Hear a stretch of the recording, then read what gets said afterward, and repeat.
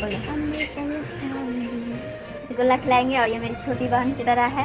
तो आरती प्लीज थोड़ा सा खा लो, खा लो, खा लो, लो थोड़ा सा खा लो। आरती खा ली। और देखो आरती हाय की रसगुल्ला वाला हाथ से हाय कर दो, हाय कर दो, हाय कर दो। देखो देखिए दोस्तों, आरती शर्मा रही है हाय करने में। देखिए हाय कर दो तो, हाय कर दो। हाय करती है, रसगुल्ला का रस लगा हुआ ना इसलिए। याची का बहुत तबीयत खराब है और आरती का भी तबीयत खराब है तो ज्यादा। दोस्तों आरती का मैं 5th ब्लॉग भी आ गया है।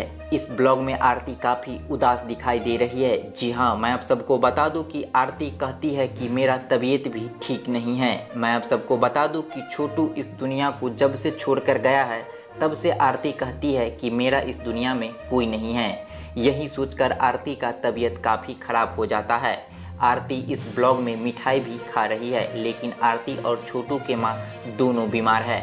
आप लोग आरती को कुछ कमेंट करके समझाओ कि वो उदास नहीं रहे।